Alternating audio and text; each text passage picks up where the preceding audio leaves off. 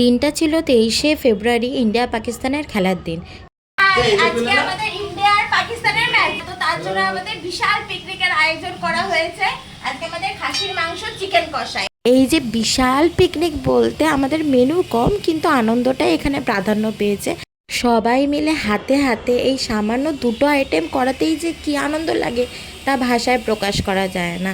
পিকনিকের আসল মজাটা কোথায় জানো? যে ছেলেগুলো রান্নার জানে না, সেই ছেলেগুলো আগের দিন বাজার করা, রাত অবধি রসুন ছাড়ানো, যাবতীয় রান্নার এক্সট্রা মেন কাজগুলো এগিয়ে দেওয়া হই হুল্লোড় করে। উনি হলেন আমাদের টিমের ক্যাপ্টেন। উনি ঝাল খান না, অথচ মটন এত ভালো হয়েছে, হা করতে করতে সব ফিনিশড করে দিয়েছে।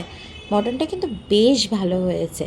রাত 1টা অবধি উনি রসুন ছাড়িয়ে গেছে শুধু এই পিকনিকের জন্য। আসলে কি বলো তো, বন্ধু সার্কেলটা না একটা বয়সের পর সেম এজ থাকে না, তখন মেন্টালিটি ম্যাচ করাটা ইম্পর্টেন্ট হয়ে পড়ে।